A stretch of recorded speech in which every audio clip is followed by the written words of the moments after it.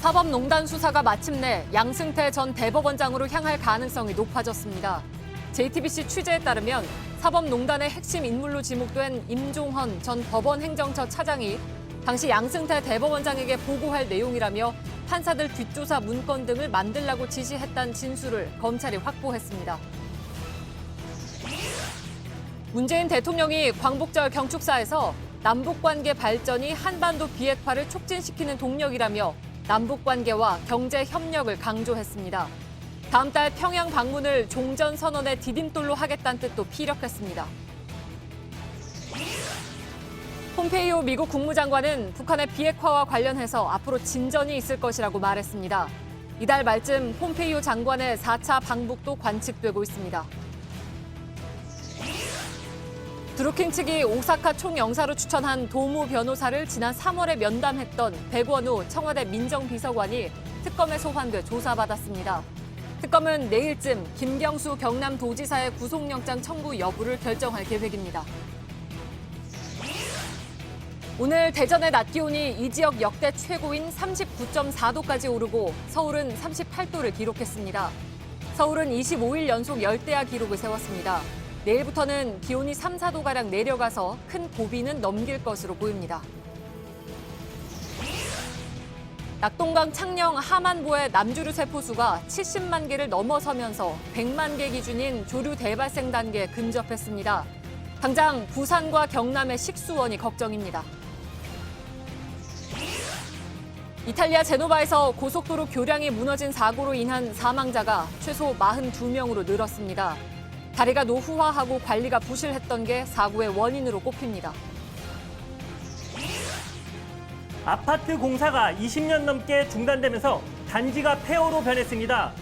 지자체가 이런 장기 방치 건축물들을 정리하겠다고 나섰는데요. 정작 절반 넘게 철거가 이루어지지 않으면서 이렇게 흉물로 남게 됐습니다. 밀착 카메라에서 자세한 소식 전해드립니다. 기름 없이 달리는 일상으로 내일을 바꾸는 현대수소 전기차. 시청자 여러분, JTBC 뉴스룸을 시작하겠습니다. 사법농단 수사의 칼날은 결국 양승태 전 대법원장을 직접 겨눌 것인가? 그에 대한 답은 일단 가능성이 매우 높아졌다는 것입니다. 오늘 저희 JTBC는 중요한 변곡점이 되는 상황을 보도해드리겠습니다. 최근에 검찰이 당시 법원 행정처에 근무했던 한 부장판사로부터 판사들을 뒷조사해서 작성한 문건이 대법원장에게 보고할 내용이라고 들었다는 진술을 확보한 것으로 파악됐습니다.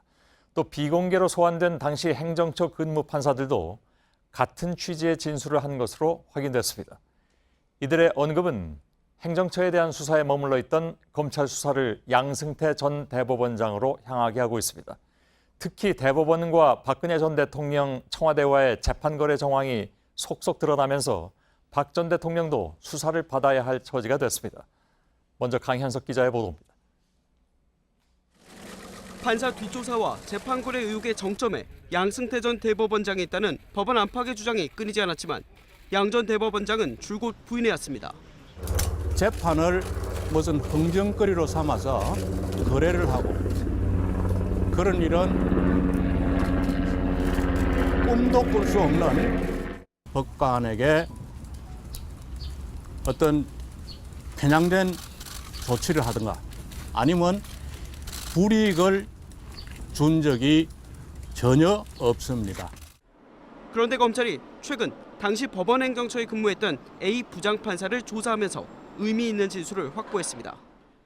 임종헌 전 행정처 차장이 인권법 연구의 뒷조사를 지시하면서 양승태 전 대법원장에게 보고된 내용이라고 말했다는 겁니다. A 부장판사는 자신이 작성한 문건 대부분이 임 전 차장의 지시로 이루어졌다는 취지의 언급을 한 것으로 파악됐습니다. 최근 검찰에서 비공개 조사를 받은 당시 행정처 근무 판사들도 상당수 자신들이 작성한 문건이 대법원장 보고용으로 알고 있었다고 진술한 것으로 전해졌습니다. 해당 문건에는 대법원의 상고법원 추진을 반대하며 대법원장의 권한을 제한해야 한다고 목소리를 낸 판사들과 모임을 뒷조사한 내용이 담겨 있습니다. 법원 행정처에 근무했던 전 현직 판사들의 진술이 확보되면서 검찰 수사가 양 전 대법원장을 직접 향하게 됐습니다. JTBC 강혜석입니다.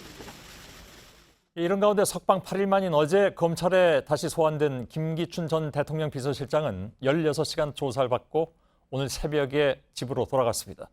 비서실장 시절에 자신의 공관으로 대법관과 외교장관을 불러서 강제징용 피해자들의 소송에 대해서 논의한 것과 관련해서 집중적인 조사가 이루어졌습니다.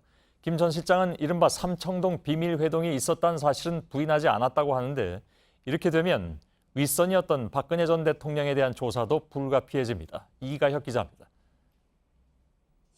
김기춘 전 대통령 비서실장은 2013년 12월 말 서울 삼청동 자신의 공간에서 당시 법원 행정처장이던 차한성 대법관 그리고 윤병세 외교장관과 만났습니다.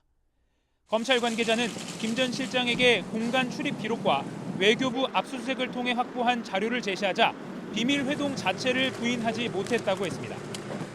김 전 실장은 그러나 강제징용 피해자들이 일본 전범기업을 상대로 낸 손해배상 소송을 미뤄달라거나 전원 합의체에 올려 결과를 바꿔달라는 요구를 한 적이 없다는 취지의 진술을 한 것으로 알려졌습니다.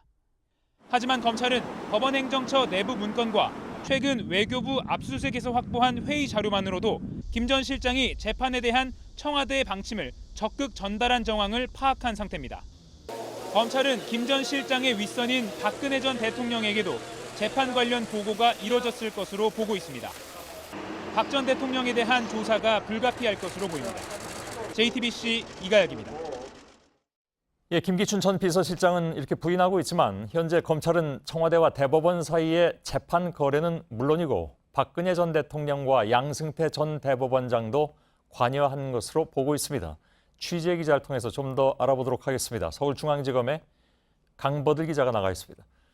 자, 그러니까 검찰은 강제징용 피해자 손해배상 소송을 미뤄라, 전원 합의체에 올려서 결과를 바꿔라, 이런 김기춘 전 실장의 요구가 박 전 대통령의 지시에 따른 것이다, 이렇게 보고 있다는 얘기죠? 예, 검찰 관계자는 2013년 12월 말 김기춘 전 비서실장 공관에서 열린 청와대와 대법원 그리고 외교부의 3자 비밀 회동에 대해 설명하며 비서실장은 대통령을 보좌하는 자리다라는 얘기를 했습니다. 예, 그러니까 강제징용 피해자 재판에 대한 박 전 대통령의 관심이나 의지가 없었다면 비서실장이 나섰겠냐는 취지입니다. 예, 앞서던 2013년 10월 임종원 당시 법원행정처 기획조정실장이 청와대를 찾아 주철기 당시 외교안보 수석에게 이 재판의 진행 상황을 보고한 건 역시 이 재판이 청와대의 관심 사안이었다는 것을 증명합니다. 검찰은 외교부 압수수색에서 청와대, 나아가 박 전 대통령의 지시 정황이 담긴 문건을 확보하게 됐습니다. 예, 그렇다면 박 전 대통령에 대한 조사도 이루어져야 할 것 같은데 혹시 조사 시점에 대해서 얘기가 나오고 있습니까? 검찰 역시 조사는 필요하다는 입장이지만 현재로서는 직접 조사의 시기를 언급하는 건 이르다는 반응입니다. 대신에 직접 조사에 앞서서 청와대와 박 전 대통령의 개입 정황을 확인하는 데 주력하고 있습니다. 12일 김규현 당시 외교부 1차관, 13일 윤병세 당시 외교부 장관, 그리고 어제 김 전 실장을 불러서 조사한 것도 그 일환입니다.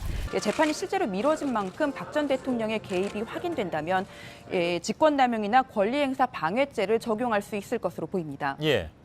자, 청와대의 요구에 따라서 재판을 미루고 그 대가를 챙긴 대법원에 대한 조사, 이것이 이루어지고 있고 또 한 가지 아까 양승태 전 대법원장 같은 경우에 판사들에 대한 뒷조사에 개입한 것이 아니냐 하는 것으로 조사 대상이 될 수 있다고 말씀드렸는데 이 부분에 있어서도 역시 조사 대상이죠? 예, 그렇습니다. 김 전 비서실장과의 회동에는 당시 법원 행정처장이던 차한성 전 대법관이 참석했습니다. 검찰은 차 전 대법관이 청와대의 요구를 사법부의 수장인 양 전 대법원장과 공유했을 것으로 보고 있습니다. 재판이 실제로 미뤄진 것이 그 증거라는 판단인데요. 때문에 회동 참석자인 차 전 대법관에 대한 조사, 그리고 최종 의사결정권자인 양 전 대법원장에 대한 조사 역시 불가피하다는 반응입니다. 예. 자, 이렇게 되면 그야말로 이제 사상 처음으로 전직 대법원장이 검찰 포토라인에 서게 되는 그런 순간이 올 수도 있는데 좀 보도록 하겠습니다. 그리고 내일 현직 판사를 3번째로 공개 소환한다고 했습니다. 어떤 부분에 대한 조사가 이루어집니까? 내일 오전 소환되는 박모 부장판사는 이 상고법원의 부정정이던 인권법 연구회의 자연 소멸 계획 등을 담은 문건을 작성했습니다. 법원은 자체 조사에서 박 판사가 임종원 당시 행정처 차장의 지시에 따랐다고 밝혔습니다. 검찰은 임 차장을 넘어선 윗선의 지시나 보고가 있었는지 집중적으로 캐물을 계획입니다. 예, 강버들 기자였습니다. 다음 소식입니다. 문재인 대통령은 73주년 광복절 경축사에서 남북관계 발전이 비핵화를 이끌어내는 동력이 될 수 있다 이렇게 말했습니다. 이 말이 주목되는 것은 비핵화가 이루어져야 경협도 가능하다는 그간의 기조와는 다른 것으로 해석될 수 있기 때문입니다. 문 대통령은 경협의 효과를 수치로 내놓으면서 로드맵을 구체적으로 밝히기도 했습니다. 먼저 이서준 기자입니다. 문재인 대통령은 광복절 경축사에서 다음 달 평양에서 열리는 세 번째 남북 정상회담을 언급했습니다. 다음 달 저는 우리 국민들의 마음을 모아 평양을 방문하게 될 것입니다. 한반도의 완전한 비핵화와 함께 종전선언과 평화협정으로 가기 위한 담대한 발걸음을 내디딜 것입니다. 이번 회담을 계기로 남북 간 더 깊은 신뢰 관계를 구축하고 북미 간 비핵화 대화를 촉진하는 주도적 노력도 하겠다고 했습니다. 북한에겐 완전한 비핵화 이행을, 미국에겐 상응하는 포괄적 조치를 요구하기도 했습니다. 남북 관계가 한반도 비핵화를 촉진하는 동력이 될 수 있다며 남북 경제 협력의 구체적 로드맵을 밝히기도 했습니다. 곧 있을 폼페이오 미 국무장관 방북을 계기로 한반도 비핵화와 남북 경제 협력이 동시에 진전되길 바라는 기대를 내비친 겁니다. 문 대통령은 완전한 비핵화로 한반도 평화가 정착되면 본격적인 경제 협력이 이뤄질 수 있다며 남북 경협의 효과는 30년간 최소 170조 원에 이를 것이라고 밝혔습니다. JTBC 이서준입니다. 북미 간의 비핵화 협상이 뚜렷한 진전을 보이고 있지 못한 상황에서 왜 문 대통령은 남북 경협을 강조하는 말을 던졌는가 하는 의문이 먼저 생길 수밖에 없죠. 바로 청와대 취재기자를 연결하겠습니다. 정재윤 기자 나와 있습니다. 자, 문 대통령이 지금 남북 경협을 강조한 이유는 뭐라고 파악을 하고 있습니까? 네, 일단 청와대는 지난 6월 북미 정상회담 전후부터 지금까지 북미 대화 국면에서는 약간 뒤로 물러나 있었습니다. 그러나 오늘을 기점으로 청와대가 다시 적극적으로 나서겠다는 뜻을 밝힌 걸로 보입니다. 문 대통령은 남북관계 발전은 북미관계 진전의 부수적 효과가 아니라면서 오히려 남북관계 발전이야말로 한반도 비핵화를 촉진시키는 동력이라고 강조한 게 이 같은 해석을 뒷받침합니다. 예. 자, 그동안에 보면 먼저 비핵화, 그 이후에 남북관계 개선 이런 흐름이 있었습니다. 그런데 그렇다면 오늘을 기점으로 두 가지를 동시로 추구한다든가 또는 오히려 남북관계 개선을 우선적으로 추진할 수 있다. 이런 일종의 전략 수정으로 봐도 됩니까? 이렇게 볼 수 있을 것 같습니다. 일단 지금 북미 간 교착 상태에 있는데요. 이런 상황에서 남북 관계를 주도적으로 개선해서 비핵화 대화와 종전선언 동력 추진을 함께 하겠다는 뜻을 내비친 걸로 보입니다. 문 대통령은 남북 관계가 좋았던 시기에 북핵 위협이 줄었다 이런 말도 했습니다. 이같이 남북 주도권을 강조한 발언은 지난해 미국 일각에서 선제 타격론까지 거론할 정도로 북미 관계가 좋지 않았을 때 자주 했던 말이기도 합니다. 예. 자, 그런데 역시 뭐 그렇게 하더라도 역시 중요한 것은 관건은 미국의 입장인 것 같은데 미국이 비핵화 진전이 안 되면 남북 경협이라든가 아니면 제재 완화는 어렵다는 입장을 계속 유지하고 있기 때문에 이게 바뀐 건 아니지 않습니까? 네, 그렇습니다. 그래서 청와대 구상이 실현이 되려면 중요한 게 미국을 얼마나 설득하느냐, 이게 관건인 것 같습니다. 일단 폼페이오 장관이 조만간 방북할 가능성이 큰 걸로 알려진 만큼 이 과정에서 청와대는 제재 완화 등을 고려해 볼 만하다고 미국 측에 적극적으로 설명할 걸로 보입니다. 문 대통령이 북한의 완전한 비핵화 이행과 또 이에 상응하는 미국의 포괄적 조치가 신속하게 추진되길 바란다고 언급한 것도 이런 의미로 해석됩니다. 예. 다시 말하면 이제 폼페이오가 남북 3차 정상회담 전에 평양을 방문하게 될 텐데 거기서 어떤 성과가 나오냐에 따라서 문 대통령의 구상이 어느 정도 실현될 가능성을 높이느냐 그렇지 않느냐 이것이 좀 어쩔 수 없이 걸리는 것 같습니다. 예, 정재윤 기자였습니다. 또 한 가지 눈에 띄는 것은 문 대통령은 동북아시아 6개국과 미국이 참여하는 동아시아 철도 공동체를 제안한 점입니다. 판문점 선언에서 합의한 철도와 도로 공사를 올해 안에 시작하겠다 이런 말도 했죠. 대북 제재가 계속되는 상황에서 미국도 참여하는 철도 공동체를 제시하는 것은 어떤 의미인지, 이것은 또한 실현 가능성이 있는 것인지 허진 기자가 짚어봤습니다. 문재인 대통령은 판문점 선언에서 합의한 철도 연결 공사를 올해 안에 시작하겠다며 동아시아 철도 공동체를 제안했습니다. 동북아 상생 번영의 대동맥이 되어 동아시아 에너지 공동체와 경제 공동체로 이어질 것입니다. 동아시아 철도 공동체의 핵심은 남한과 북한, 중국, 일본, 러시아, 몽골 등 동북아 6개국뿐 아니라 미국까지 참여시키겠다는 구상입니다. 기존의 남북러, 남북중 철도 협력에 더해 미국, 일본도 참여시켜 경제적 이득을 얻을 수 있는 지역 경제 공동체 모델로 만들겠다는 겁니다. EU의 초기 협력 모델인 유럽 석탄 철강 공동체와 같은 구상입니다. 미국은 1990년대 중반서부터 동북아 운송 시장에 이런 가능성이 주목해 오면서 진출을 노려왔습니다. 북한은 국제 철도망에 편입돼 운송 수입을 얻고 외자를 유치할 수 있기 때문에 거부할 이유가 없습니다. 다만 대북 제재가 강화된 상황에서 이 구상이 현실화되기까지는 갈 길이 멉니다. 신호체계 등 실제 철도 운영에 필수적인 핵심 장비는 북한에 드릴 수 없기 때문입니다. 결국 북한의 비핵화 진전이 있어야 미국의 협력도 이끌어낼 수 있다는 전망입니다. JTBC 허진입니다. 예, 이런 상황 속에서 폼페이오 미 국무장관은 북한 비핵화와 관련해서 앞으로 진전이 있을 것이라고 말했습니다. 이달 하순에 폼페이오 장관의 4차 방북도 예상이 되고 있는데 그동안의 북미 간 실무 협의에서 핵무기 리스트 신고와 종전선언 이 두 사안의 빅딜에 접근이 이루어진 것이 아닌가 하는 관측도 나오고 있긴 합니다. 다시 간다면 전처럼 빈손으로 오기가 매우 부담스러운 상황이기 때문이기도 하죠. 이지은 기자.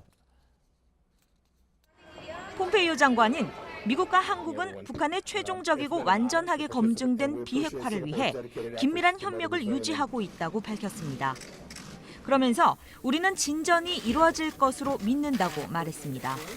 강경화 외교장관과 전화통화한 사실을 전하면서입니다. 북미가 지난주 판문점에서 한 실무협의에서 비핵화 조치와 종전선언에 대한 진전을 시사한 것으로 풀이됩니다. 미 국무부도 긍정적인 신호를 나타냈습니다. We consider meetings, negotiations, conversations as we move forward behind the scenes with those negotiations to be moving in the right direction. 양측의 마쿠 협의가 진전되면 폼페이오 장관은 이달 하순 4차 방북에 나설 것으로 관측됩니다. 폼페이오 장관의 방북이 성사될 경우 시진핑 주석의 발걸음이 빨라질 것으로 보입니다. 미중 무역 전쟁 속에 북미 관계가 개선돼야 방북의 부담을 덜 수 있기 때문입니다. 시 주석의 방북 시기는 이르면 이달 말이나 다음 달 초라는 전망이 나옵니다. 다만 다음 달 3일 베이징에서 열리는 중국 아프리카 협력 포럼 일정으로 북한의 구구절 이후가 될 가능성도 제기됩니다. 남북미 중의 조율에 따라 2차 북미 정상회담 시기와 핵 신고 및 종전선언 빅딜, 그리고 김정은 위원장의 유엔 총회 연설 여부 등이 보다 구체화할 것으로 보입니다. JTBC 이지은입니다.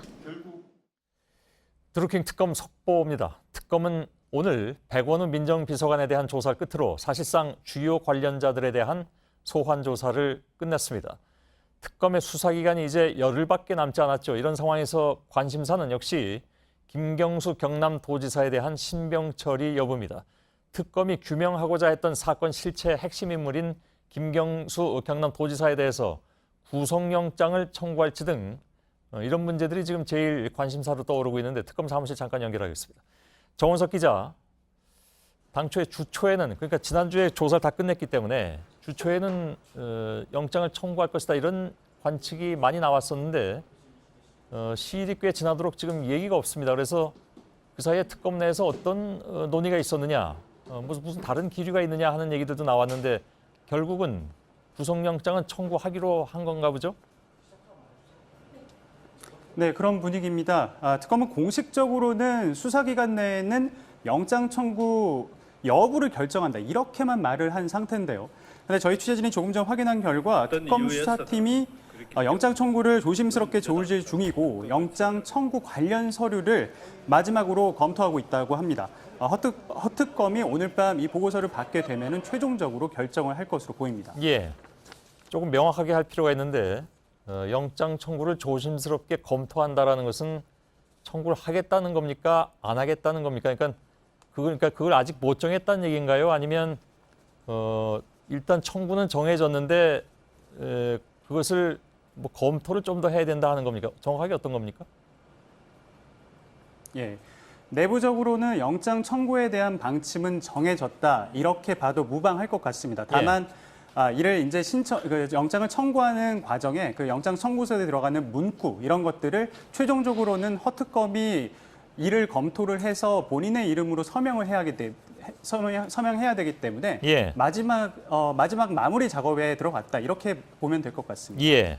다만 구속영장을 청구하더라도 그것이 실제로 발부가 될 것이냐 하는 문제는 별도의 문제인데 그 부분에 있어서 정확하게 예측하기 어렵다라는 얘기들이 특검 내에서 혹시 있지 않았습니까?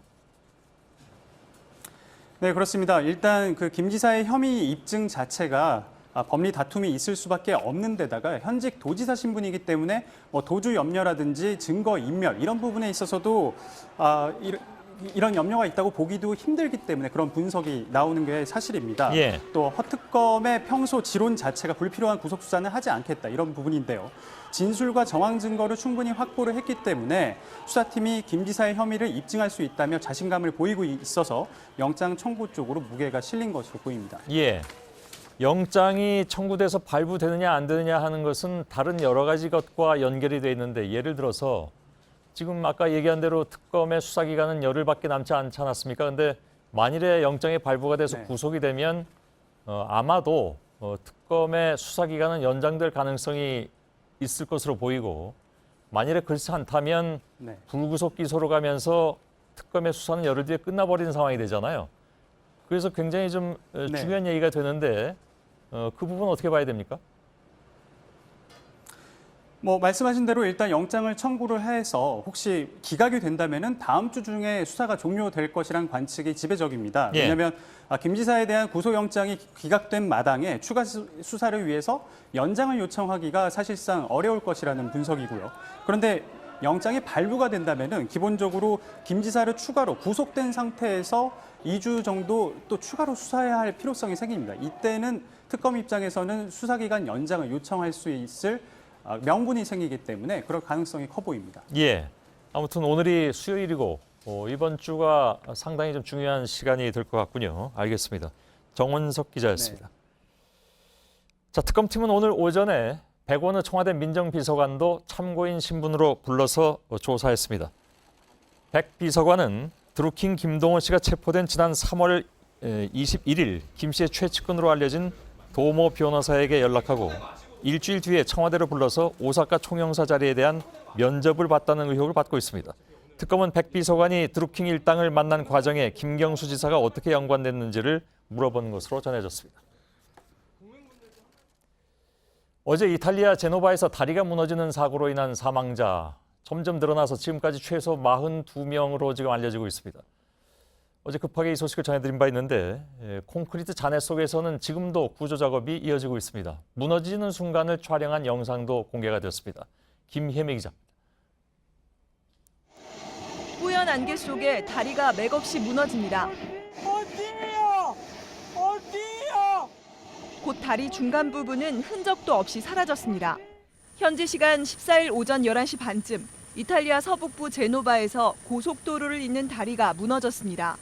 전체 1.2km가량의 다리 가운데 200m 구간이 떨어져 나가면서 다리 위를 지나던 차량 30여 대가 45m 아래로 함께 추락했다고 외신은 전했습니다. 밤샘 구조 작업이 이어지면서 사망자 수는 계속 늘고 있는 상황입니다. 이탈리아 소방당국이 생존자들을 찾고 있지만 엄청난 무게의 콘크리트 잔해 때문에 구조에 속도를 내지 못하고 있습니다. Da quello che ho constatato casualmente sin qui è un bilancio destinato ai militari. 현지 언론은 무너진 콘크리트 더미 때문에 인근 공장의 가스 파이프가 파손되면 추가 피해가 발생할 수 있다고 우려했습니다. JTBC 김혜미입니다. 이번 사고에서 살아남은 사람들은 몸이 10m가량 날아갔다라거나 세상의 종말을 보는 것 같았다고 말했습니다. 무너진 다리는 완공한 지 50년이 된 다리였습니다. 사고 원인에 대해서는 여러 가지 진단이 나오고 있습니다. 김성탁 특파원입니다. 거대한 교량탑이 가루처럼 무너져 내리자 주민들이 믿을 수 없다고 소리칩니다. 콘크리트 다리는 과자 부스러기처럼 부서져 있습니다. 사고 당시 다리 밑에 있던 남성은 살아난 게 기적이라고 말했습니다.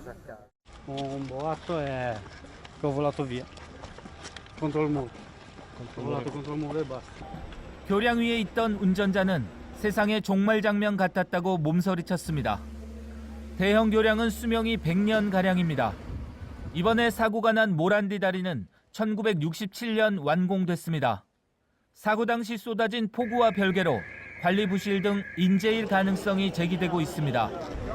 2016년 보강 공사를 했지만 참사가 발생해 부실 공사 논란이 불거졌습니다. 붕괴 당시에도 기반을 보강하는 작업이 진행 중이었습니다. 당초 설계 때부터 콘크리트 수명을 잘못 예측했다는 주장이 2년 전 나오기도 했습니다. 프랑스와 이탈리아 밀라노를 잇는 데다 주요 항구와 산악 지역의 중간이어서 교통량이 폭증했지만 이탈리아의 도로 예산은 2008년 이후 70%가량 줄었습니다. 이탈리아 정부는 사고 원인을 조사해 책임을 묻겠다고 밝혔습니다. 런던에서 JTBC 김성탁입니다. 계엄령 문건을 수사 중인 군검 합동수사단이 어제 압수수색한 부대에는 기무사 602 부대가 포함되어 있는 것으로 JTBC 취재 결과 확인됐습니다. 이 602 부대는 서울에 있는 군부대를 감시하는 기무사의 예하 부대입니다. 그런데 이 부대가 2016년 태블릿 PC 보도 이후에 촛불 집회 국면에서는 군 부대가 아닌 집회에 대한 정보를 집중적으로 수집한 것으로 드러났습니다. 경찰 정보를 불법으로 활용하기도 했습니다. 이 정보가 바로 계엄령 계획에 반영된 것입니다. 심수미 기자입니다. 지난해 기무사가 만든 계엄령 검토 문건입니다. 서울 광화문과 여의도 등에 탱크와 장갑차, 특전사 등을 배치한다는 계획이 담겨 있습니다. 이런 부대 배치 계획을 짜기 위해 기무사가 촛불 집회 관련 정보를 집중적으로 수집했던 것으로 조사됐습니다. 기무사 602 부대가 서울경찰청에 파견된 수도방위사령부 군인들로부터 촛불 집회와 관련한 동향 정보를 보고받았고 이를 다시 기무사 내 계엄령 문건 TF가 넘겨받아 병력 출동 계획을 짜는 데 활용했던 것으로 전해집니다. 서울 내 군부대의 방첩, 보안을 담당하는 602 부대가 경찰과 민간 정보를 불법으로 수집해온 겁니다. 군검 합동수사단은 어제 602 부대를 압수수색하고 관련 자료를 확보했습니다. 합수단은 또 기무사가 촛불 집회, 장소, 시각 등의 정보를 보수단체에 넘겨 이른바 맞불 집회를 조장했다는 의혹에 대해서도 확인할 방침입니다. JTBC 심소희입니다. 국회는 원내 교섭단체에 지급되는 특수활동비에 이어서 상임위원장 몫으로 지급되는 특활비도 결국 폐지하기로 했습니다. 유인택 국회 사무총장은 JTBC와의 통화에서 의장단 몫의 특활비만 최소한으로 남기고 상임위원장 특활비는 폐지하기로 했다고 밝혔습니다. 국회는 이런 내용의 특활비 제도 개선 방안을 내일 발표할 예정입니다.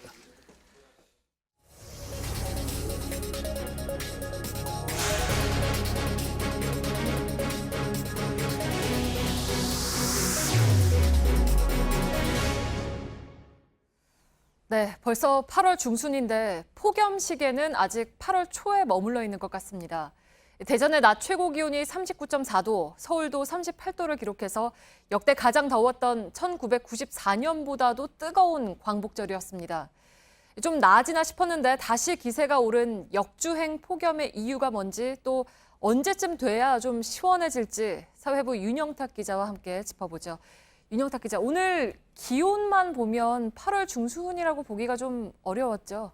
네, 그렇습니다. 오늘 아침 9시 서울 기온이 이미 32도를 기록해서 가장 더웠던 이번 달 8월 1일과 거의 비슷하게 출발했습니다. 네. 결국 38도까지 올랐고 대전은 39.4도로 지역 관측사상 최고 기록을 세웠습니다.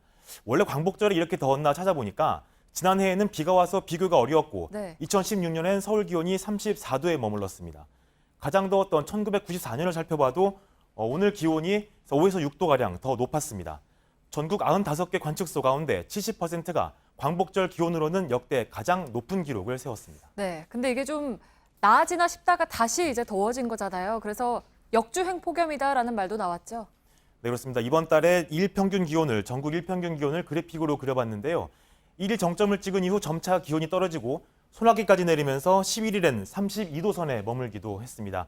그런데 지난 주말부터 역주행을 시작하더니 어젠 35.7도로 8월 2일 평균 기온과 거의 비슷했습니다. 네, 근데 1994년에도 8월 중순에는 더위가 좀 꺾였는데 올해는 대체 왜 이러는 겁니까? 네, 우리나라의 기온에 영향을 미치는 요인들이 가장 더웠을 때와 거의 비슷하기 때문입니다. 네. 위성사진을 비교해보면 오늘 한반도 북쪽에 구름이 좀 더 많아진 것을 빼고는 고기압이나 태풍의 배치가 거의 같습니다. 북쪽으로 가지 못하고 막힌 태풍이 남쪽에 머물면서 동풍을 일으켰고 한반도 서쪽 지방에 높새 바람이 불면서 기온이 크게 오른 겁니다. 네, 그리고 이제 자꾸 이걸 좀 묻게 되는데 이 더위가 언제쯤 끝이 날까요? 네, 일단 오늘이 큰 고비였다고 말씀을 드려야 될 것 같습니다. 당장 내일부터는 서울의 최고 기온이 34도가량, 또 비 예보가 있는 영남 지방은 33도 안팎에 머물 전망입니다. 우리나라 북서쪽에 있는 찬 고기압이 점차 확장하면서 영향을 미칠 것이란 분석인데요. 오늘이 고비였다고 말씀을 드린 것은 앞으로 38도까지는 오르지 않는다 이런 의미일 뿐이지 전국 대부분이 33도를 넘어서 아직은 폭염이 계속되는 걸로 보는 게 맞습니다. 네. 올해 이제 더위와 관련된 여러 기록들이 새로 쓰여졌잖아요. 그래서 이제 1994년의 기록까지도 깰 수 있겠다라는 가능성이 지금 높은 상태인 거죠? 네, 그렇게 될 가능성이 높습니다. 이미 지난 1일 강원도 홍천이 41도를 기록하면서 최고 기온 기록은 깨졌죠. 서울은 어제까지 25일 연속 열대야를 기록해서 1994년에 24일 연속 기록을 넘어섰습니다. 전국 열대야 일수는 15.2일, 1994년에 이틀 정도 모자랍니다. 전국 평균 폭염 일수도 28일로 1994년 31.1일과 3일 정도 차이가 납니다. 네. 기상청은 22일은 돼야 본격적으로 기온이 떨어질 걸로 예상하고 있어서 이번 주말쯤 대부분의 기록이 바뀔 것으로 보입니다. 네, 알겠습니다. 윤영탁 기자였습니다. 네, 이렇게 폭염이 이어지면서 개학을 앞둔 학교들도 비상입니다. 서울교육청은 각 학교에 개학을 연기하거나 단축 수업을 하라는 공문을 보냈습니다. 하지만 학교마다 사정이 달라서 결정하기가 쉽지 않습니다. 백민경 기자입니다. 푹푹 찌는 더위. 어린 학생들은 더 취약할 수밖에 없습니다. 폭염이 계속되자 서울시 교육청은 초중고등학교와 특수학교에 개학을 연기하거나 휴업을 결정하라고 권고했습니다. 개학한 곳도 학교장이 등하교 시간을 변경하거나 수업을 단축할 수 있습니다. 이미 초등학교 2곳, 중학교 91곳, 고등학교 62곳에서 방학이 끝났고 내일부터 본격적으로 개학이 시작됩니다. 다음 주까지도 폭염 경보가 계속되는 것으로 예고가 돼 있더라고요. 고등학교 같은 경우는 16일 날 개학이 돼서 개학을 연기하거나 휴업을 하거나 여러 가지 조치를 취할 수 있도록 일부 학교에선 쉽게 결정을 내리지 못하고 있습니다. 190일가량의 수업 일수를 맞추는 게 부담스럽기 때문입니다. 늦게 개학하는 만큼 겨울방학이 늦어지게 되는 데다 올겨울 혹한이 오는 상황도 대비해야 합니다. 올해 유난히 더위가 일찍 시작돼 이미 방학을 앞당겨 시작한 학교도 있습니다. 일부 학부모들은 안전을 우려해 수업을 중단해달라고 요청합니다. 반면 학교가 더 시원하다는 학생들도 있습니다. 행정안전부 역시 각 학교에 냉방비를 지원하고 안전대책을 강화하라고 권유했습니다. JTBC 백민경입니다.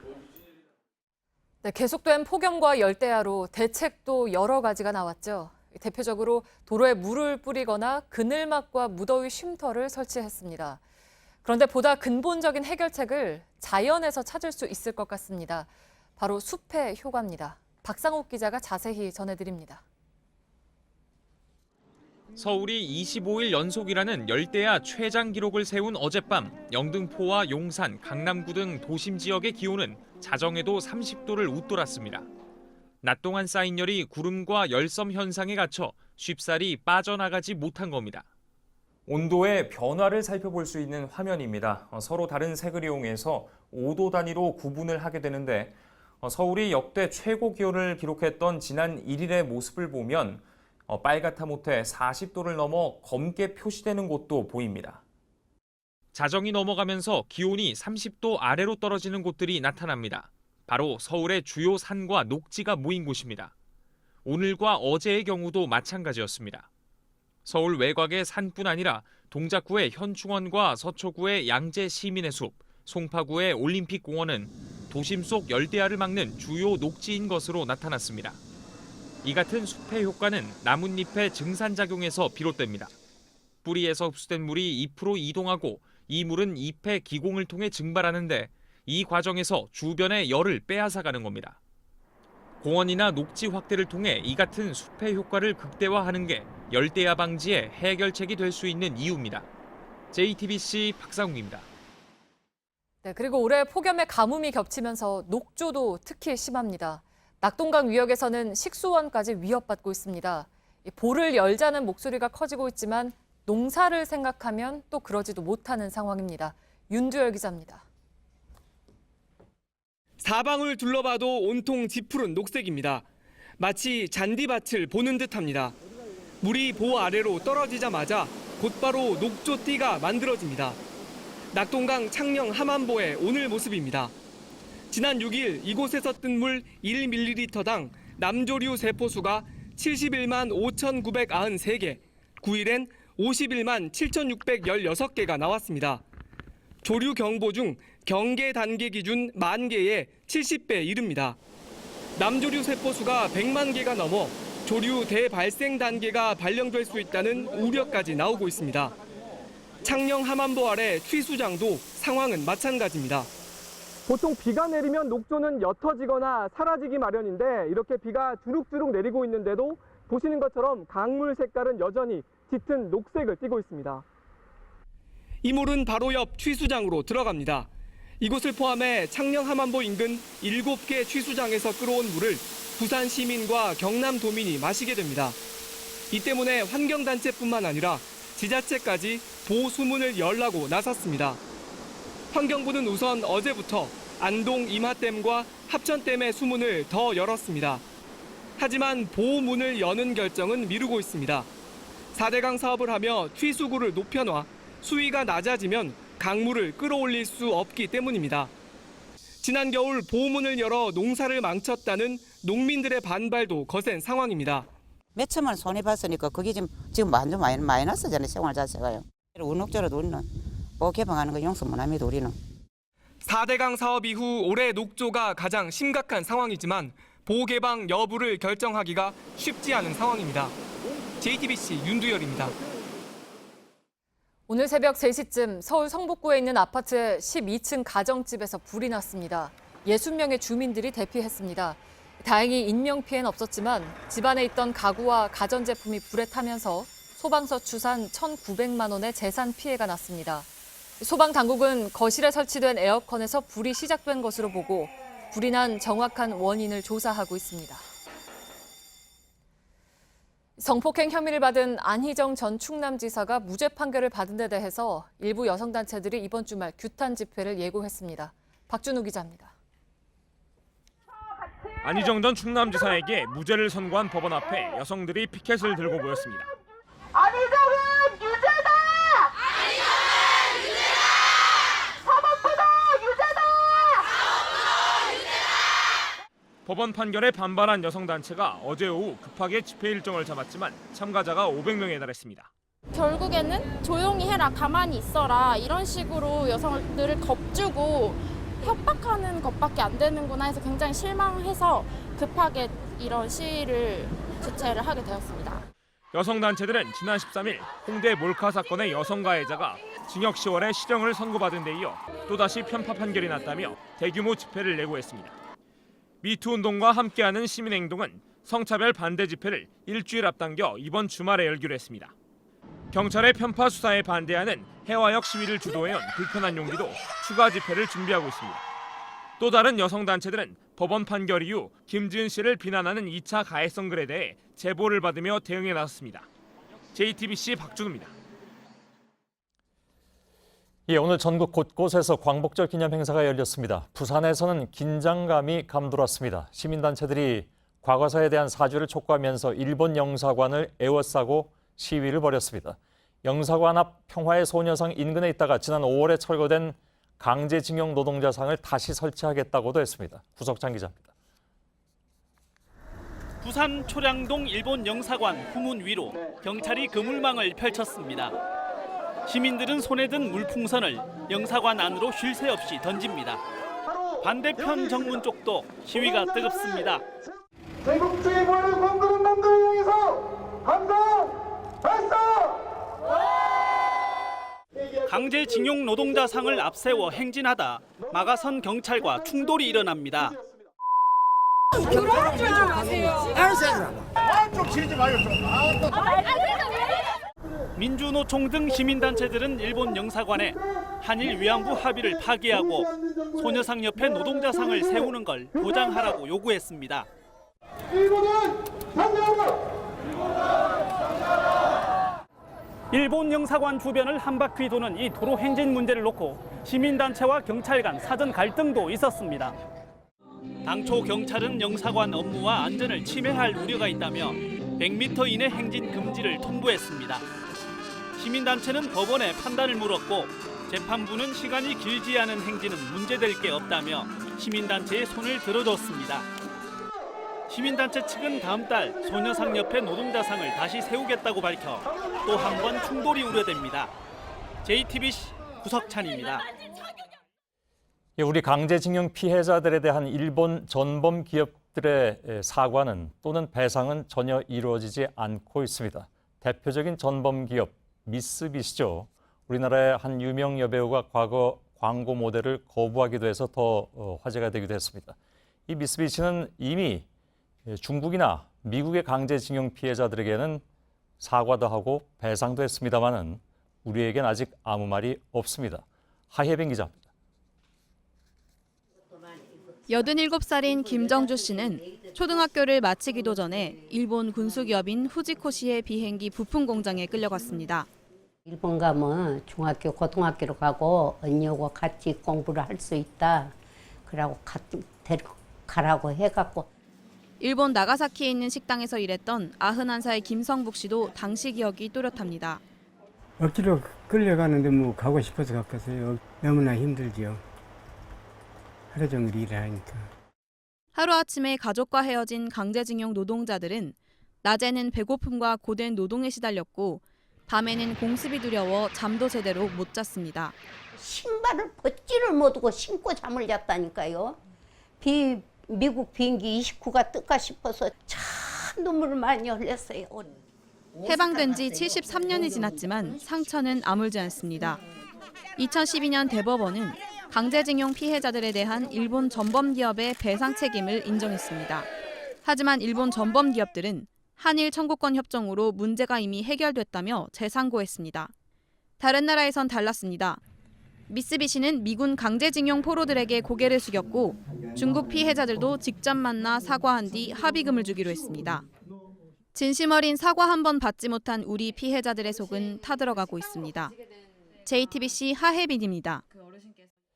오늘 문재인 대통령이 광복절 경축사에서 가장 많이 언급한 단어가 바로 여성이었습니다. 특히 항일운동을 벌였던 제주 해녀부터 평양 고무공장에서 노동자 해방을 외쳤던 강주령 선생까지 여성 독립운동가들의 이름도 하나하나 언급했습니다.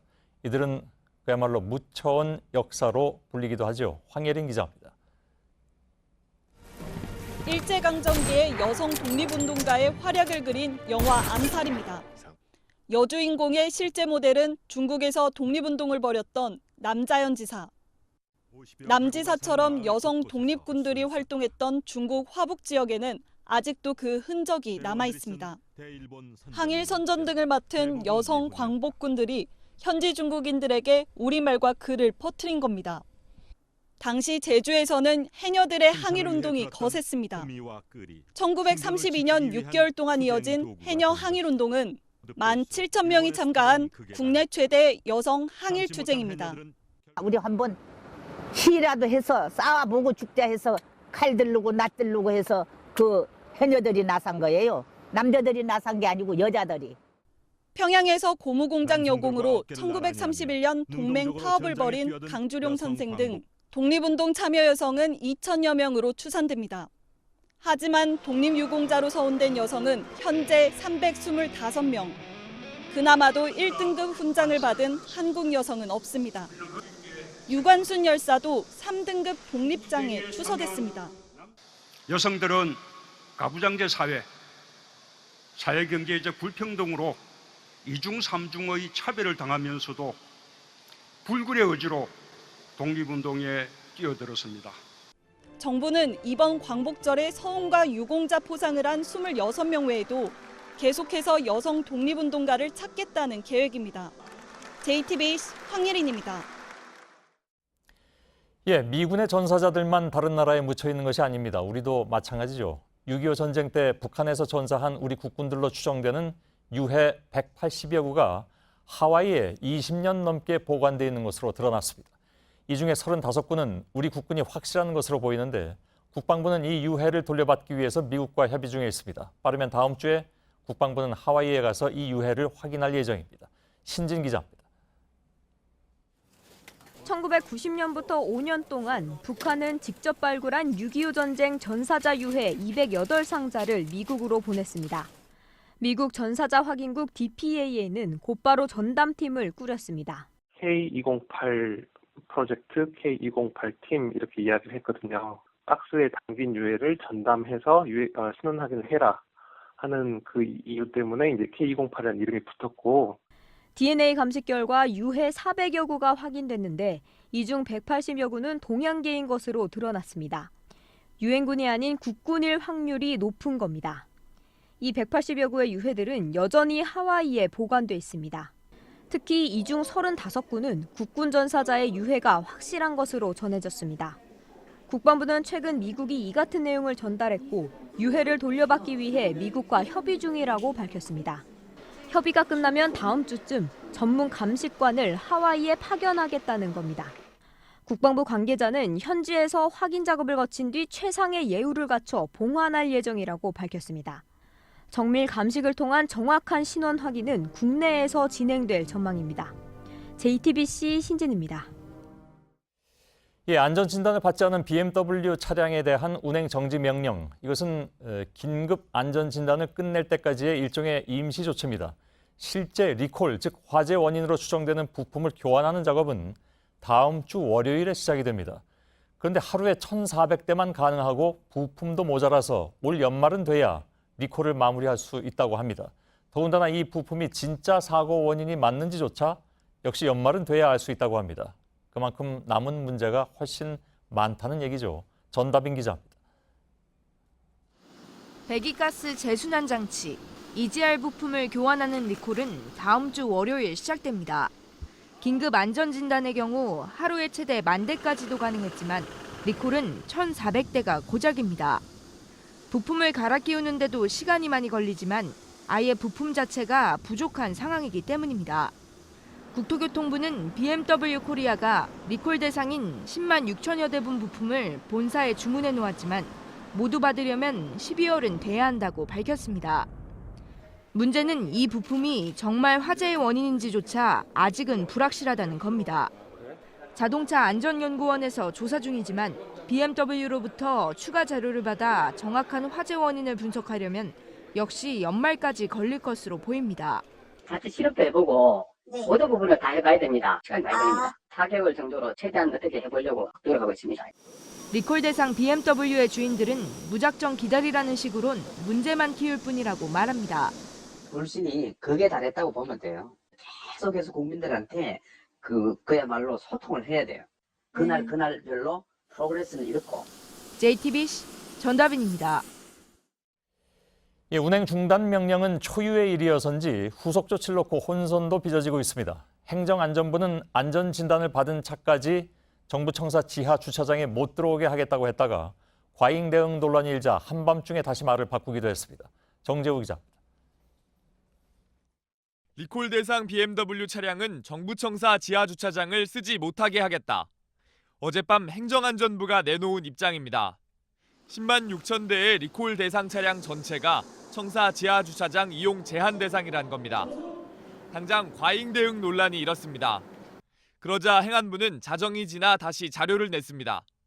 리콜 대상 중 안전진단을 받지 않은 차만 제한하겠다는 겁니다.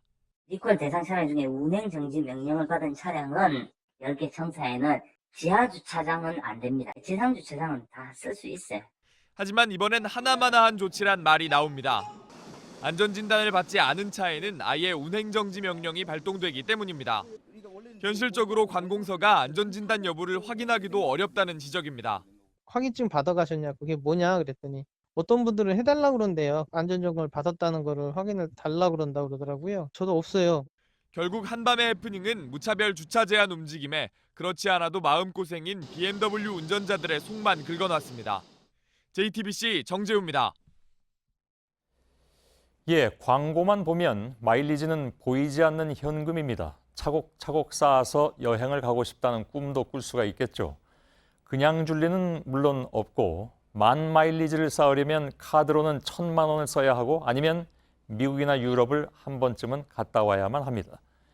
현재 이렇게 쌓인 마일리지가 대한항공은 약 1조 8,683억 원, 아시아나는 약 5,335억 원 정도로 추산됩니다.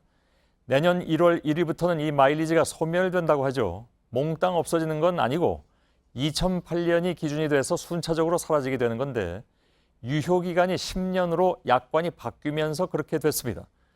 사라지기 전에 얼른 써야 하지만 그게 또 쉽지가 않습니다. 마일리지로 항공권을 예매하려면 이른바 마일리지 좌석이라는 게 한정이 돼 있어서 성수기 때는 1년 전부터 예약을 해야 가능한 정도입니다. 또 영화나 호텔을 예약할 경우에 2~3배의 값을 지불해야 하는 경우도 있다고 합니다.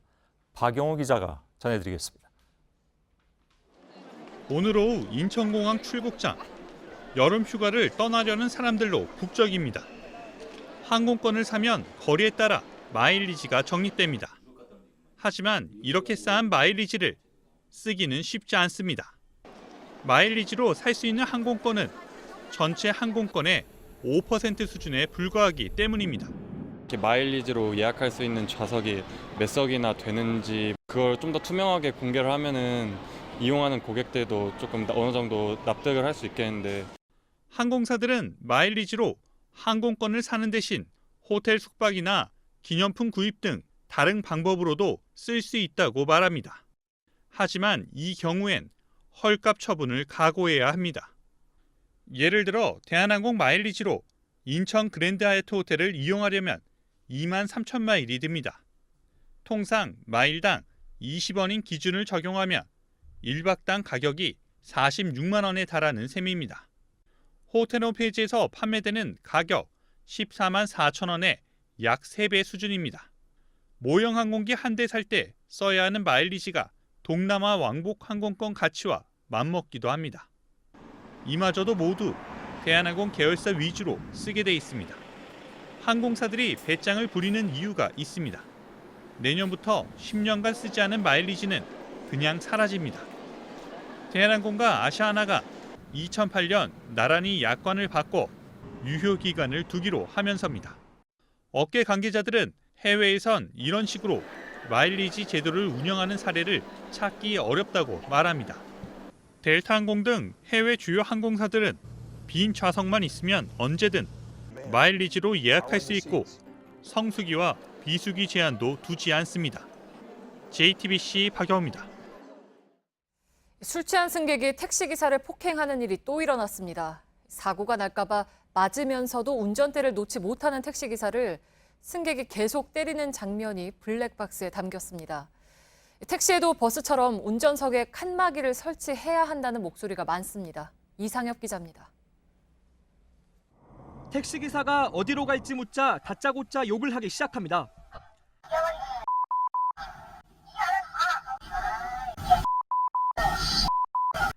앞자리에 앉은 승객은 택시기사 옆에 바짝붙어 위협하기 시작합니다. 빠른 속도로 달리는 택시가 휘청하더니 급기야 차선을 넘습니다. 운전대를 붙잡은 채로 피해도 보고 막아도 보지만 역부족입니다.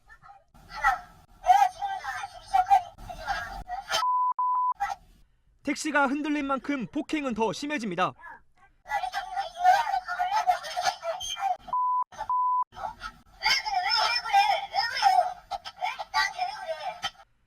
술에 잔뜩 취해 택시기사를 폭행한 이 승객은 경찰에 붙잡혔습니다.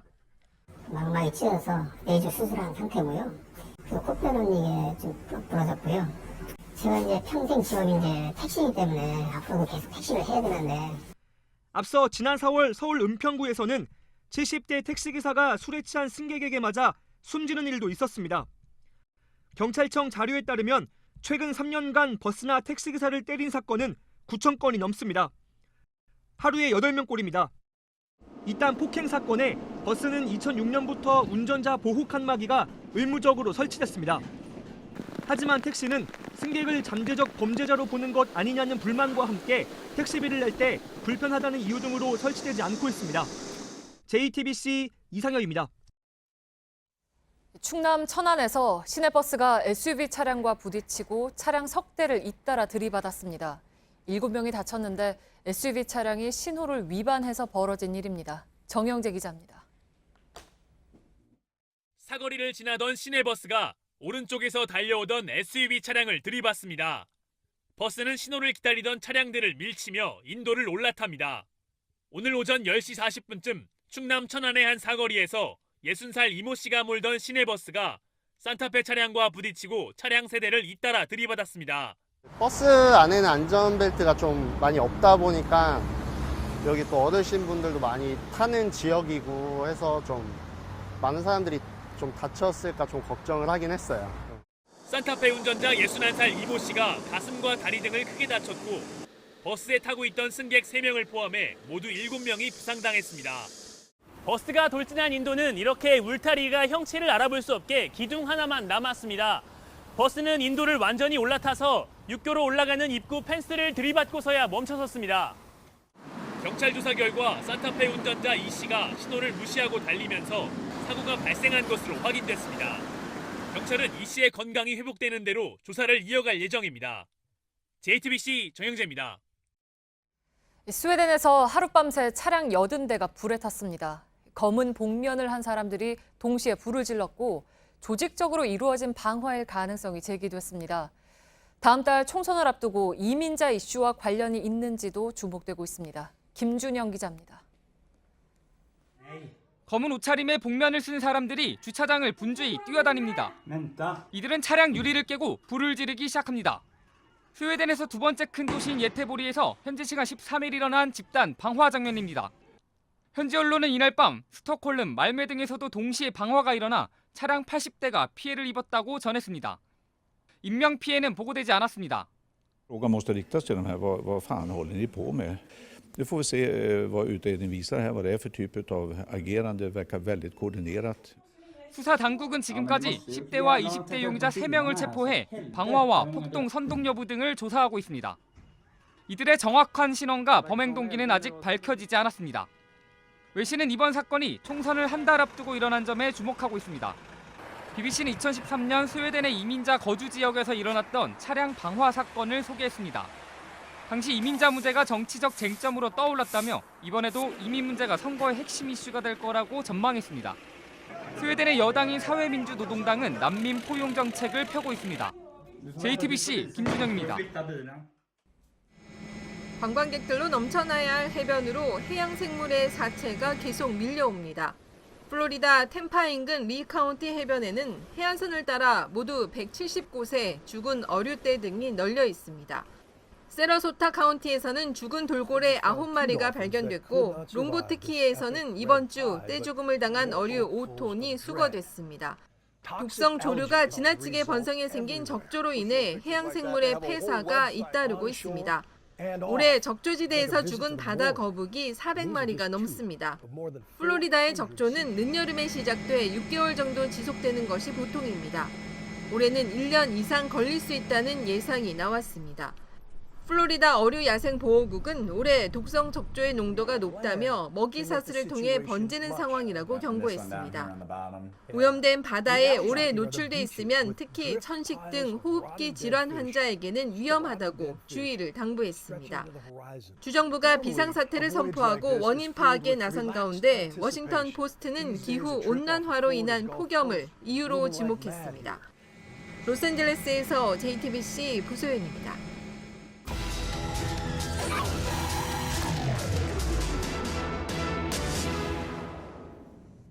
동네마다 항상 공사 중이라는 건물들이 있죠.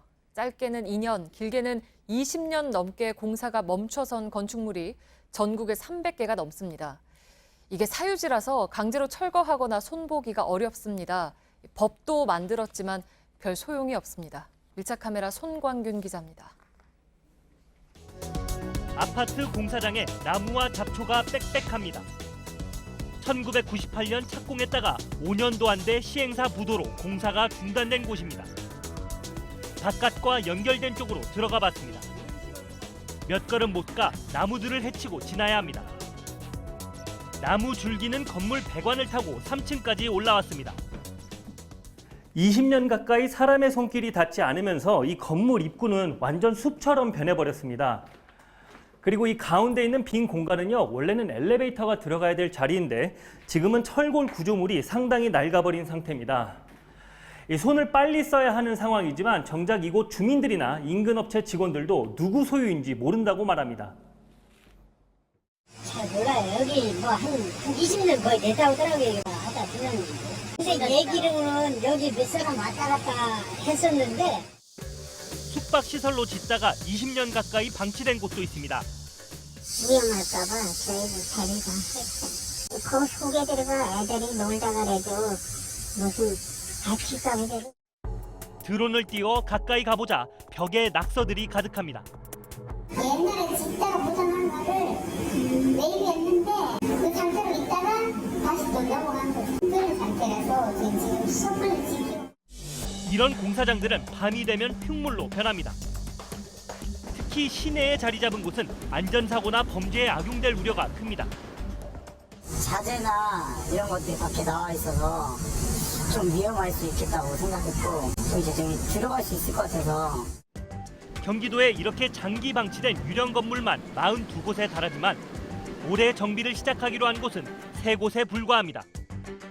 절반이 넘는 23곳은 정기적인 안전점검만 하기로 했습니다. 지금 이대로 올해 공사를 안 한다면 이거는 위험한 거죠. 지금 이게 다 막아진 것도 아니고 그리고 다니는 것도 불편하고 안 좋아요. 지난해 만들어진 특별조치법에 따르면 시도지사가 장기 방치 건물에 대해 철거를 명령할 수 있습니다.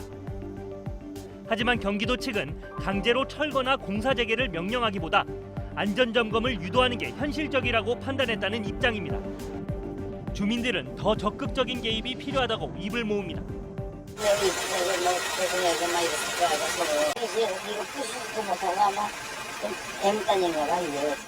장기 방치된 건축물들은 경기도만의 문제가 아닙니다. 2년 넘게 공사가 중단된 건축물은 전국에 380곳이 넘습니다. 중단된 후 방치된 기간도 평균 13년에 달합니다. 건물 5개 가운데 1개꼴로 안전점검이나 즉각 조치가 필요한 상황입니다. 철거됐으면 좋겠죠. 저 보기 싫은데 맨날 지나다니면서 보는데 싫은 것 같아요. 좀 없어졌으면 좋겠어요.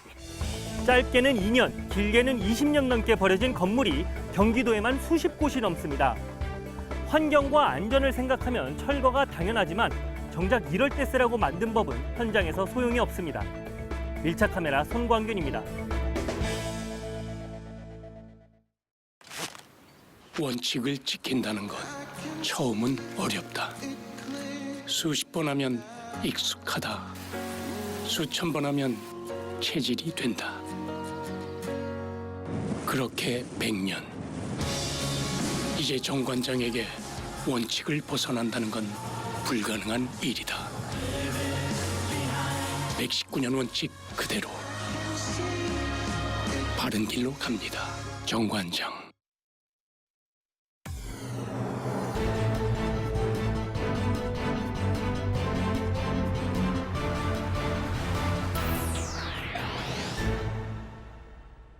예, 뉴스룸 앵커 브리핑을 시작하겠습니다.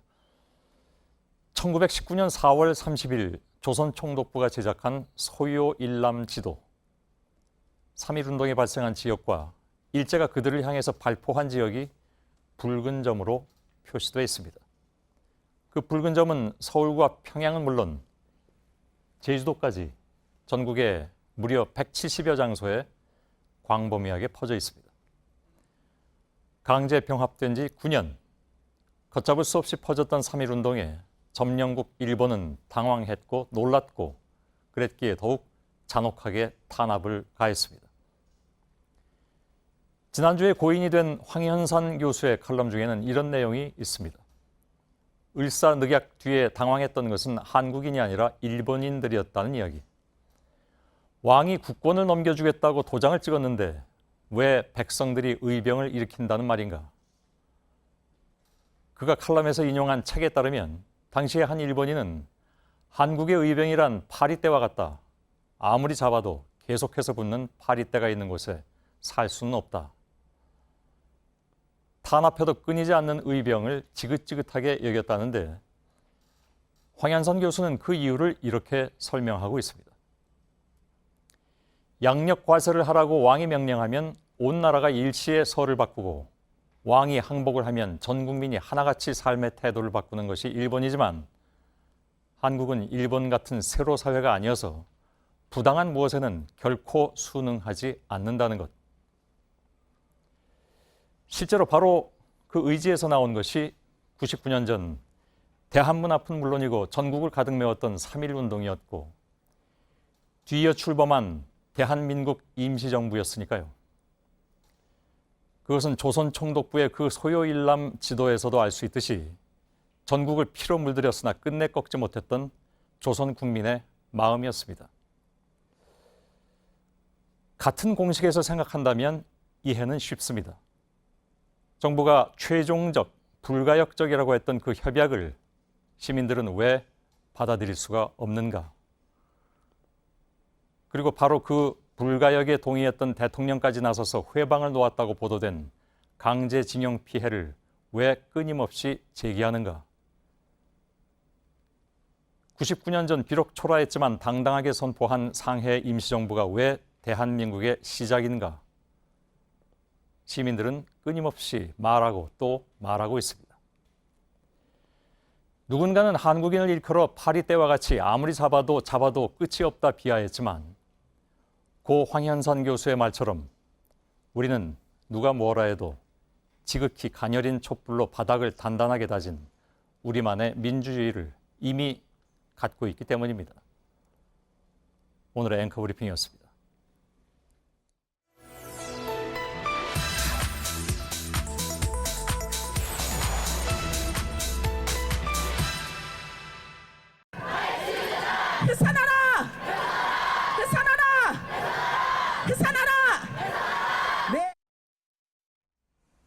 네, 화해치유재단은 결국 청산으로 가는 절차를 밟을 수밖에 없다. 올해 안에 청산하길 바란다. 지난 1월 23일에 정현백 여성가족부 장관이 한 말입니다. 팩트체크팀은 정부가 말했던 청산 절차가 실제로 이루어지고 있는지 또 일본이 낸 10억에는 어떤 상태인지를 확인했습니다. 오대훈 기자, 해산이 지금 진행이 되고 있습니까? 그렇지 않습니다. 정현백 장관의 발언으로 직접 확인해 보시죠. 네. 어떻게 올해 안에 재단이 해산될 수 있도록 하시겠습니까? 장관님? 3명인데 3명으로는 재단과 관련된 중요한 결정을 할 수가 없습니다. 그래서 제가 그것과 관련해서도 여러 방면에서 법적으로 검토를 하고 있습니다. 네, 그러니까 재단의 이사가 3명뿐이라서 해산을 결정할 수가 없다라는 거죠? 네, 그 발언 자체는 맞습니다. 재단의 정관을 확인해 봤습니다. 해산은 이사회가 결정을 하는데 이사회는 최소 5명의 이사가 있어야 구성이 됩니다. 문제는 총 11명 중에서 8명이 퇴임을 해서 현재 3명밖에 없습니다. 이사회를 아예 열 수가 없습니다. 그러면 지금은 아예 운영이 안 되고 있겠네요? 네, 지난해 12월 이후에 외형만 유지하고 있는 상황입니다. 네. 하지만 방법이 없는 건 아닙니다. 민법과 관련 규칙을 보겠습니다. 목적 사업을 할 수 있는 충분한 능력이 없다면 그렇다면 설립 취소가 가능할 수도 있습니다. 물론 청문 절차가 필요합니다. 네. 이 재단은 여성가족부 산하 재단이고 그 권한은 여가부에 있습니다. 그러니까 법에 근거가 없는 게 아닌데 이렇게 7개월 동안 법적 검토를 말하는 게 좀 쉽게 이해할 수는 없는데요. 뭐 다른 이유가 있는 건 아닐까요? 네, 외교적인 문제가 있습니다. 여성가족부가 국내법에 근거해서 이걸 해산시킨다면 재단을 설치하고 운영한다는 2015년 한일 위안부 합의를 파기하는 셈이 됩니다. 정부가 파기 선언 또는 재협상을 하지 않는 한 양국의 기존 합의는 유지되게 됩니다. 여가부도 민법을 포함해서 법률을 검토 중인데 가능, 불가능을 말할 수 없다고 답했습니다. 네, 그러니까 결국은 네, 그리고 여가부와 함께 이 문제를 함께 맡고 있는 외교부는 합의 파기나 재협상이 아닌 선에서 재단을 없애는 방법을 포함해서 여러 방안을 검토 중이라고만 답했습니다. 네, 그러니까 아직도 검토 중이다라는 거잖아요. 그러니까 7개월 동안 뾰족한 해답을 찾지 못했다는 건데 그러면 일본 정부가 출연한 10억엔은 지금 어떤 상태입니까? 10억엔이 우리 돈으로 103억 원 정도가 됩니다. 2016년에 재단이 설립돼서 올해 6월까지 거의 절반 정도를 썼습니다. 피해자 지원 43억 원이 좀 넘고요. 인건비 3억 3천만 원, 관리 운영비 2억 4천만 원 정도를 썼습니다. 정부는 이미 이 치유금을 받은 피해자들이 떳떳할 수 있도록 우리 정부의 예산으로 대체하겠다라고 밝혔고 실제로 지난달에 예비비 103억 원을 편성했습니다. 하지만 이 돈을 일본의 동의가 없으면 집행할 수가 없습니다. 아, 동의가 있어야 하는 거군요. 그러니까 일본한테 10억엔을 그냥 다 주고 우리 돈으로 쓰면 되는 건 아닙니까? 그렇지가 않습니다. 2015년 당시 합의 내용을 보겠습니다. 합의된 내용의 범위 내에서 사업을 실시한다고 정해놨습니다. 일본의 동의가 없이 우리 예산으로 대체하기가 어렵고 그래서 지금도 재단의 월 2,400만 원 운영비를 일본의 출연금에서 충당을 하고 있습니다. 마찬가지 이유로 출연금을 일본에게 되돌려주는 것도 어려운 상황입니다. 이런 구조는 2015년 합의로 굳어졌고 결국 파기나 재협상, 그게 아니면 일본의 동의를 얻어서 해결할 수밖에 없습니다. 그런데 일본은 1mm도 움직이지 않겠다, 이런 입장을 고수하고 있습니다. 네, 팩트체크 오대영 기자였습니다.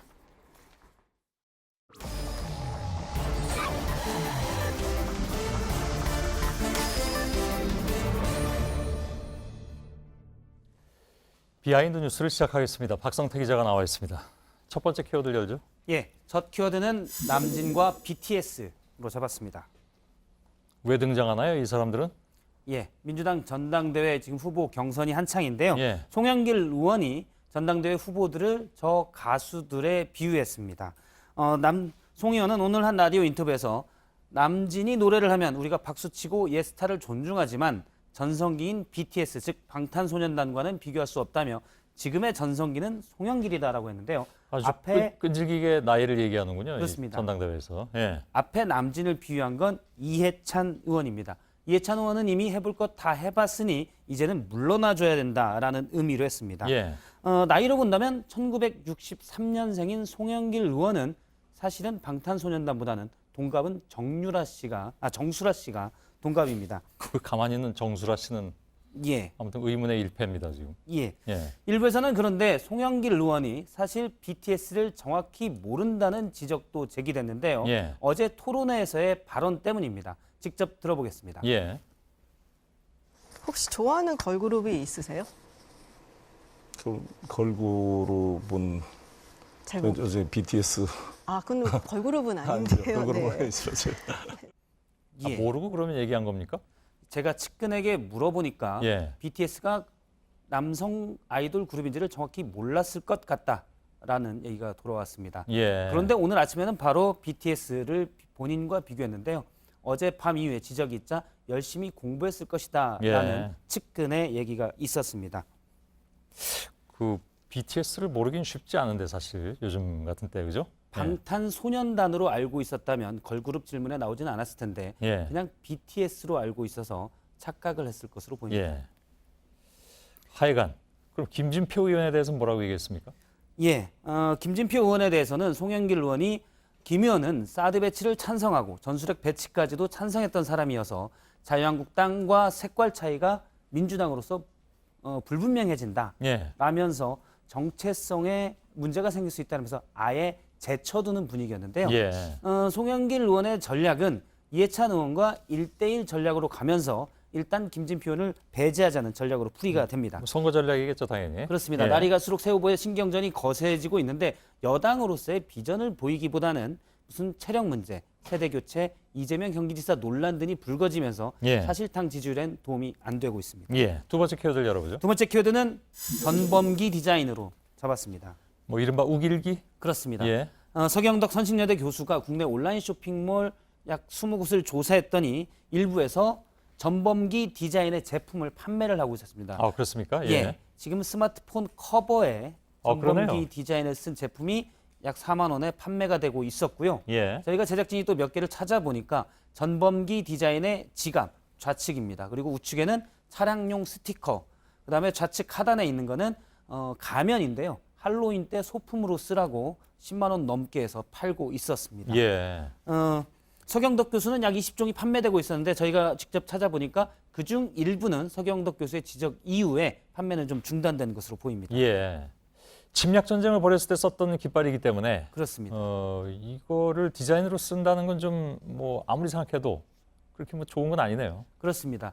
독일의 경우를 잠깐 보면요. 예. 많은 사람들이 알고 있는 문양이 있습니다. 나치의 상징인 바로 하켄크로이츠라는 문양인데요. 예. 독일은 저 문양을 이용해서 제품을 만들거나 보관하거나 사용하면 3년 이하의 징역을 받을 수가 있습니다. 그렇게 엄하게 다스리는군요. 그렇습니다. 예. 과거를 반성하자는 의미고요. 나치의 피해를 많이 봤던 프랑스에서도 마찬가지로 저 문양을 사용하면 처벌받습니다. 예. 그런데 일본은 앞서 봤던 전범기를 지금 해상 자유대에서 거의 그대로 사용하고 있고 실제 일본 내에서도 많은 디자인으로 쓰이고 있습니다. 예. 일본 국기와 비슷하기도 한 까닭도 있겠지만 일본 정부가 우리는 전범국이 아니고 패전국이다라고 자리매김하면서 저런 것들 사용을 그대로 방치하는 겁니다. 과거를 반성하지 않는 모습이고요. 예. 실제 오늘 아베 총리는 오늘 이제 8월 15일 일본으로서는 패전일이라고 주장을 하는데요.